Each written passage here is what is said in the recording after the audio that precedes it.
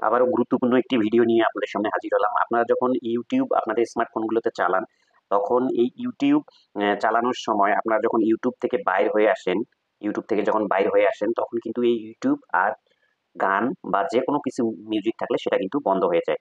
তো সেটা থেকে বের হয়ে আসলেও কিভাবে অ্যা আপনি অডিও আকারেও শুনতে পারেন এবং চলতে থাকে সেটা আপনাদেরকে চলুন দেখিয়ে দিই। তার জন্য যেতে হবে আমাদেরকে Google Chrome ব্রাউজারে। সেখানে ট্যাপ করে দিন। ট্যাপ করে দেওয়ার পরে আমরা সার্চ বারে গিয়ে লিখব ইউটিউব। ইউটিউব।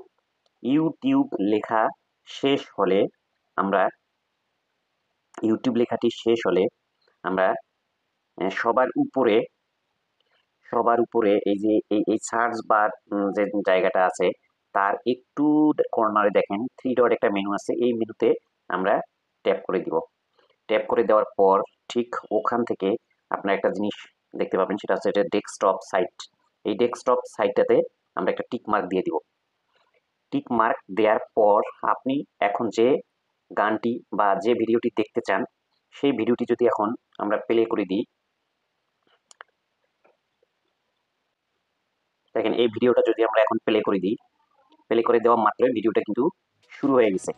তো শুরু হওয়া মাত্রই এই ভিডিওটি এখন যদি আমরা হোম বাটন থেকে যদি আমরা এই যে হোম বাটন থেকে আমরা যদি এখান থেকে বন্ধ করে দিই, দেখেন এই যে হোম বাটনটা থেকে আমরা বাইর হয়ে গেলাম। বাইর হয়ে যাওয়ার পর দেখেন এখানে একটা স্বাভাবিক পেজ আসছে। স্বাভাবিক পেজ আসার পর আমরা যদি এখান থেকে এই যে উপর থেকে এই স্ক্রিনটা নামিয়ে দিই, উপর থেকে স্ক্রিনটা আমরা নামিয়ে দিলাম।